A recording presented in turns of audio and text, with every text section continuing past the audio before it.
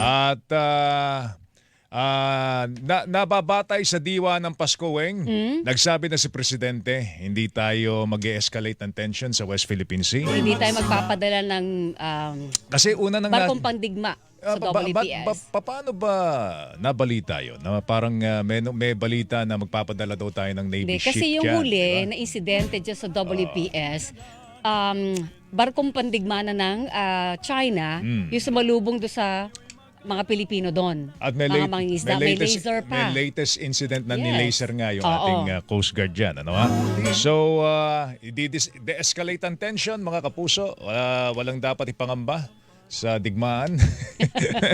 Dahil sabi ni Presidente, walang digmaan doon. Ba't kailangan natin magpadala? Hindi tayo magpapadala ng Navy ship po doon, mga kapuso. So yan ang ating pag-uusapan. Si Rowena Salvacion po yan. Siya po si Joel Reyzabel. Hanggang alas 9 po kami ni Wengay. Magkakauntahan tayo sa Himpapuid Palatuntunang Saksi sa Double B! At syempre pa, mga kapuso, sinabi ko sa inyo kanina, nagpatikim tayo. Meron tayong live guest.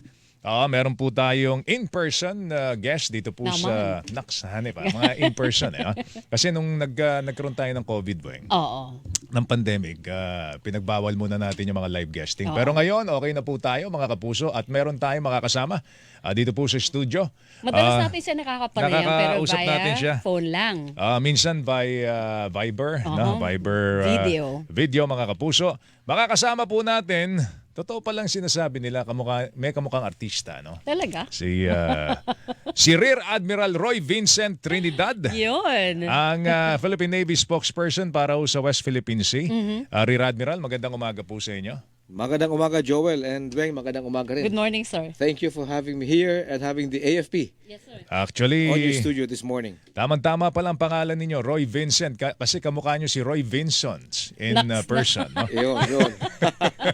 Bolero ka talaga, Joel. Anyway, Artistahin si sir. artistahin kita nyo kahanito. Pero gusto natin malaman kay Rear Admiral, ngayong sinabi na ni Presidente, no, na hindi ho tayo magpapadala ng Navy warship dyan po sa West Philippine Sea. Ano magiging postura ngayon? No? Lalong nagiging masidhi at nagiging mapusok ang ginagawa ng China dyan po sa mga teritoryong ating inaangkin. Yun, alam mo, Joel, magandang katanungan yan sapagkat we have to look at this from a macro perspective. Macro perspective. And long term. Malawakan yan. Paki-explain nyo nga po yung macro. Yan. Una sa lahat, we have always been there.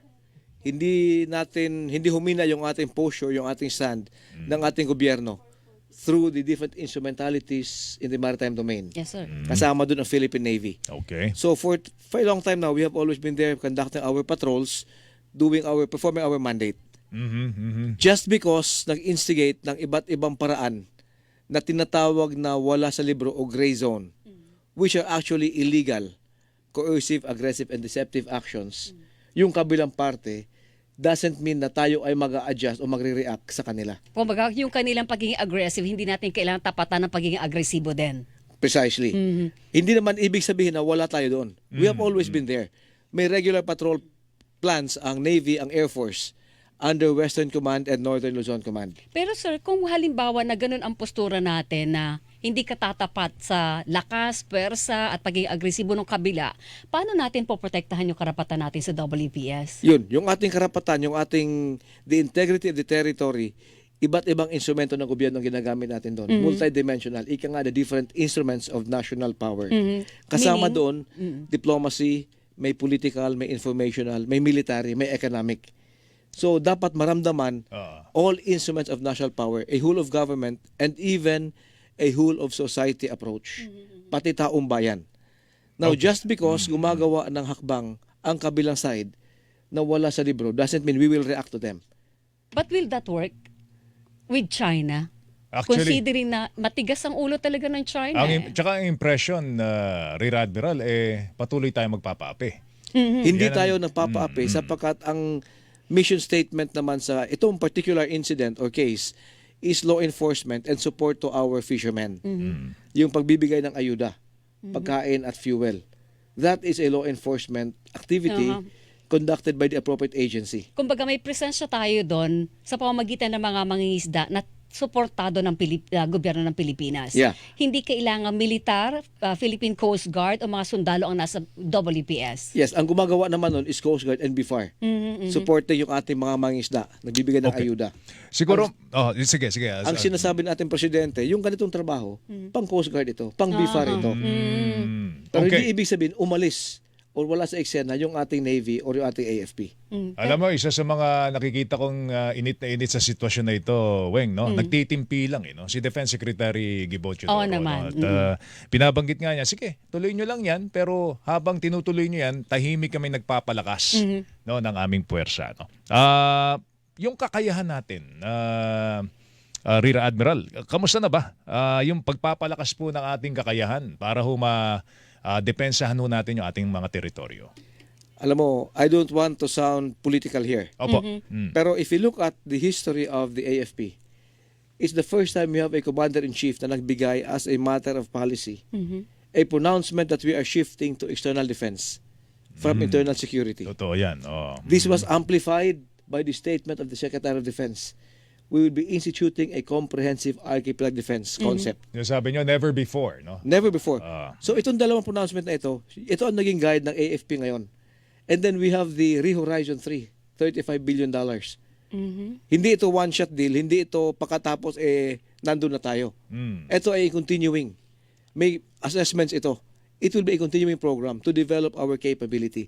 Ano nakapaloob dyan sa $35 billion na yan? And how long is this program, Oo, correct. Rear Admiral? Paano natin kailan natin mararamdaman yung lakas ng AFP sa pamamagitan po ng 35 billion program na ito? Yes, it is not a clear-cut demarcation Dollars, line. Weng, dollars. Dollars, yes. $35 Dollars, billion. yes, $35 billion.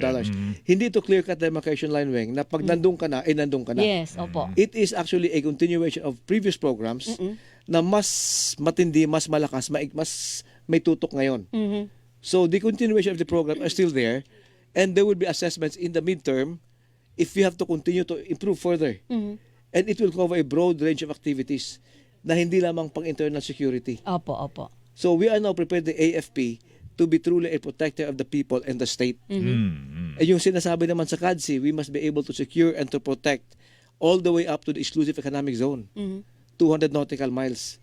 Sa makatuwid, dati-rati nakatuntay sa loob, ngayon panlabas. Yes. At yung yaman dagat, we have the priority yan para sa Pilipino. Does Yun that nasa mean- EEZ natin. Does that mean mahina na yung problema na, bumaba na yung problema natin sa internal security? Yes. Aha. Yes, they are already on their, malapit na yan na if you look at all over the country, ang dami na accomplishments, not only of the AFP. It was again a whole of government effort through NTF-ELCAC.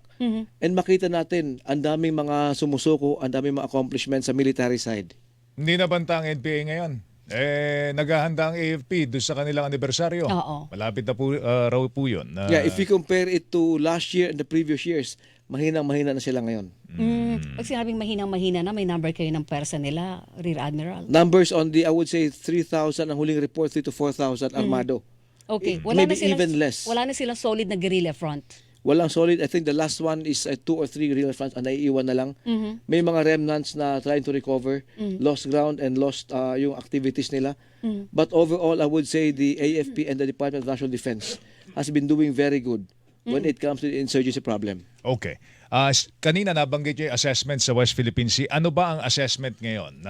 Yung kasalukuyang assessment po ng Armed Forces of the Philippines as far as the activities of the Chinese vessels are concerned dito po sa mga teritoryong ating inaangkin. Yeah, we have to understand, Joel, na I don't usually use the term China or Opo. Chinese. Opo. Sapagkat alam natin na I'm 1/8 Chinese.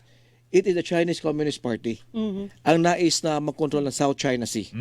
Sapagkat ang kanilang programa global, worldwide. So hindi marapat na sabihin na yung buong China ang may gusto nitong ating Hindi, teritoryo. hindi. Marami tayong mga kaibigan in check. Okay. And in mainland China, marami mga Chinese na suppress ang kanilang human rights Yes, totoo yan. because of the Chinese Communist At Party. saka I would presume, Weng, na hindi ang kabuuan ng China nakakaalam ng sitwasyon sa West Totoo Philippine Sea yan. dahil I agree.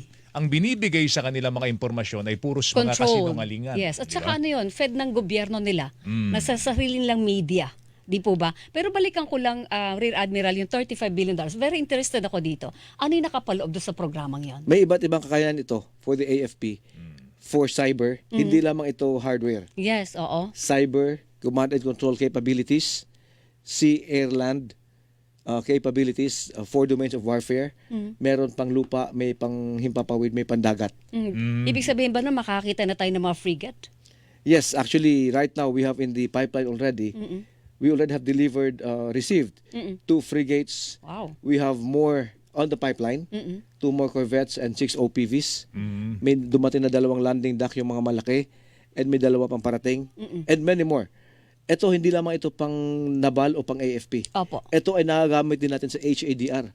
Pag-responde tuwing merong Yes. mga bagyong malalakas. Opo. It's about time kasi Weng, Pilipinas, archipelagic country. Totoo yan. Pero kakaunti ang barko natin para bantayan yung ating archipelago, Rear Admiral. Ano? Pero siguro balikan din natin, Weng. Binalikan mo yung $35 billion. Go. Sige, bago natin iwanan yan. Ano yan? Uutangin ba natin yan? Popondohan ba ng Pilipinas yan? Meron ba tayong mga kasama, yung ating mga kaalyado na O tulong ng foreign mag-aambag government. para yes. dito sa modernization Program na na ito? Alam mo, ang mga nababalitaan namin sa Department of National Defense, they are looking at the best deal that could be offered to us. May multi-year, may mga soft loans, may mga counter-trade agreements, and the parameters paano ma-determine ano ang pinakamagandang deal. That's at the level of DND. At ito ay maganda sapagkat lang ito palabas na bayad natin Opo. o pagbili. May mga offer din to be able to manufacture in country. Oy, maganda yan. That's why we have the SRDP law, the Self-Reliance Development Program law, na napirma na ating presidente. Baka makalikha pa ng trabaho yan sa ating mga... Oh, Employment syempre. and dito mo gagastusin sa local economy, yung pera. Yun. Oh. Okay, yung assessment natin sa kasalukuyang WPS. sitwasyon ngayon sa West Philippine Sea. Yung Chinese Communist Party ay nandun sila. Yung kanilang na-reclaim at naitayo ng mga bases within our EEZ, Subi Reef, Johnson Reef, Mischief Reef, andun yung mga barko nila, yung mga eroplano nila na pandigma. Andun yung Maritime Militia, yung Coast Guard at yung PLA Navy. Ang importante na andun din tayo dapat. If not, we would lose by default. Having said that, Rear Admiral, kontrolado na ba nila ang WPS or at least majority of WPS o hindi? Kasi That nandun na is- sila sa malalaking reclaimed areas, andun ang malalakas na persa nila, andun ang PLA nila. Ano laban natin doon? Yun ang gusto nilang isipin. That's what they want to think. They are not in control of the West Philippine Sea. We are freely performing our mandate Opo. of patrolling the seas and the air, of fighting for our sovereignty, of showing the flag. So, nandun. It's kumbaga, nandun sila, nandun tayo. Pero hindi tayo nagbo-work hand in hand. Dahil kanila? nabubuli tayo. Sa kanila. Opo. Yung pagbubuli, hindi naman yan 24/7. There are times yung laser pointing, yung mga illegal maneuvers, those are just minor incidents that do not speak of the entire situation. May mga times na wala rin sila pag may bagyo. May mga times nagtatago rin sila. They have to also factor in their own maintenance and repair schedule. So bagamat marami ang kanilang pwersa na pwedeng i-project, when reality comes in, hindi rin ganun kadami ang maabutan mo doon. On the average, ilan talaga ang mga barko, eroplano ng China na sa WPS? On the average, based sa monthly monitoring Yes, natin, opo. at any one time there would be 7 or 8 sa Sabina, Ayungin, and Bajo de Masinloc. Okay, pero yung nabanggit ninyo na Subi, Mischief, and Johnson Reef, like itong tatlong reclaim na ito, fully military operational na po ito at hindi natin na talaga nalalapitan o napapasok. Yes, talagang ano yan, those are military bases, kanila yon. Doon naman, ang nakadaong naman doon, naka-sick shelter doon. If you speak of the Coast Guard, I would say some 25 to 30. Yung PLA Navy, 40. Ang mas marami yung Maritime Militia. Okay, pero sabi nyo kanina, baka we might lose this by default. Malapit na ba tayo doon? Malayo pa? Malayo tayo doon, sapagkat andun yung ating presensya. When I say lose by default, it's the entire West Philippine Sea. Yes, opo. And ang kagandahan ngayon, because of all the developments sa ating mga isla, Opo. especially sa Pag-asa, we could now station our ships and our aircraft doon. Pero malayo doon sa, meron tayong ganung klase ng development o sa Pag-asa Island lang? Pag-asa and all the other features. Okay. And we're hindi lamang ito developing it military also? development. Develop din natin yung halimbawa, yung Escoda Shoal. Kaya ba nating i-reclaim diyan kagaya ng Pwede ginawa ba ng tayo China? maglagay ng kampo doon, Rear Admiral? Actually, outpost or military site ang Pag-asa. Bagamat may local community doon. marami tayong mga pwersa, not only Navy, Air Force, Army, Coast Guard, may Army rin doon.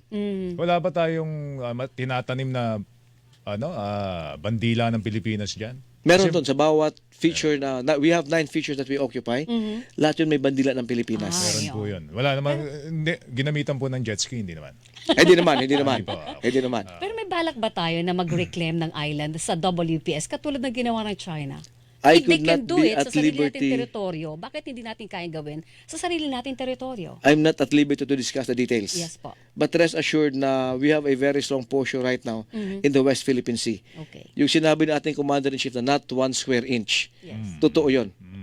Napapanindigan natin yan. Papanindigan natin yun. Kaya ba maraming nakakapansin na matindi na presensya ng mga Amerikano dyan sa areang yan? Yung Particular presensya sa naman ng Palawan. Amerikano is not only military. The engagement is across different instruments of national power.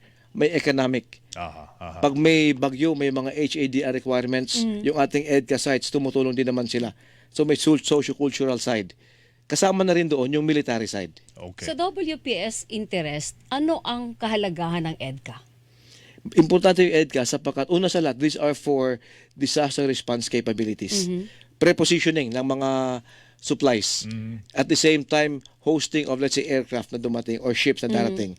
And pangalawa, kasama na rin dito yung ating capability na ma-enhance yung ating capability. How to be able to address other threats. Okay, hindi siya yung pag lumala ang pambubuling ng China, may mga Amerikano sundalo na susuporta sa atin. Hindi naman. Sapagkat ang presensya naman nila, yung nabanggit na sa Westcom may mga American forces, is for maritime domain awareness. To know what's out there. Binibigyan tayo ng better picture. Okay, so pang intelligence gathering mostly. Yeah. Kung halimbawa, WPS and other security threats ang pag-uusapan. Information sharing. Pero Alright. hindi sila magkakaroon ng physical and actual combat operations sa loob ng Philippine territory. Not only physical actual combat operation, but even sa ating mga RORE or patrol missions, tayo ang gumagawa nun. Hindi It's sila purely an makikialam. AFP activity. Alright.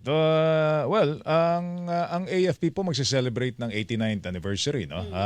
Anong particular na petsa sa December ang anibersaryo ninyo? December 21 yung ating activity. This will be preceded by the command conference, after which may parade and review with our Doon Commander-in-Chief sa Campo Aguinaldo. sa Camp Aguinaldo. Yung ating theme for this year's AFP anniversary is Sandigan ng Sambayanan tungo sa bagong Pilipinas. Sandigan ng Sambayanan tungo sa bagong Pilipinas. Ibig sabihin, protector talaga kayo ng mga Pilipino. Yes, yun naman talaga dapat ang trabaho ng armed forces. Sa Ano ba kabila ang ng inaasa? pag-uujok na mag-aklas kayo. Alam mo, tapos I would like to say, officially Ikaw that naman Wala. Diba? Siningit mo pa yun Hindi kaya nga sinasabi ko, huwag niyo ganun. sulsunat gamitin ang militar sa mga pampulitika Hindi niyong magpapasulsul ang interest. militar. Exactly. So, yeah, military adventurism is a thing of the past. Kailangan ng ating bayan na tayo ay maging professional. yes. Para tayo ay makausad. Kailangan na maintindihan ng bawat kasundaluhan, but more importantly, ng ating mamamayan, na huwag na tayong hilain doon. Totoo yan. Tapos na tayo dyan. Ano ang inaasahan ng sambayanan sa bagong Pilipinas as far as the AFP is concerned? Alam mo, we have a more professional armed forces today. We are proud of being professionals. We may not see, yung limelight. Yes. Maaring hindi tayo aabot sa mga punto na yung the normal Filipino would like to have a better life. Sa atin, kung anong binibigay ng ating gobyerno, we are happy with that. And we could say, when our time would be done, we serve with integrity. Yan. Alright. Yun. Maligayang anniversary po sa AFP. Sa buong persa ng AFP. Armed Forces of the Gano'ng Philippines. nakalaki pala ang persa ng AFP ngayon? Nasa Ano? 145,000 tayo. Kulang pa kayo? Kulang pa. I mean, continuing naman yung ating recruitment Oo. as we develop more capabilities. Dagdagan niyo po Apply na po. isa. Kasama ako. Si Joel. Reservist. Di ba Reservist, nire-develop oo, yung naman, reservist oo. front ninyo? Yes, kasama. Marami tayong mga kababayan na na-join sa ating mga reserve organizations. Sasali ko kami ni Weng. Oo naman. Alright. Pag kaya pa ng buto-buto natin mag-training. Hindi, daming may medyo... Totoo. Tsaka, Marami naman Senior. pwede may contribute ating mga reservists. Totoo. Hindi lang yung physical na lakas. Totoo yan. Kukontribute tayo ng isip. Talino. Si Rear Admiral Ako Roy. ganda lang. Naman. Hindi, joke lang po yan. Ganda at galing. Rear Admiral, salamat sa oras mo. Mag-ingat ka. Sir, thank you. Thank you for coming over. Maraming Thank you, salamat Weng. sa Thank you, Joel, pagbisita for sa having us amin. here in the studio. Thank Yes, sir. you. Thank Our you. pleasure. Si Rear Admiral Roy Vic. Hilingan, walang pinopro.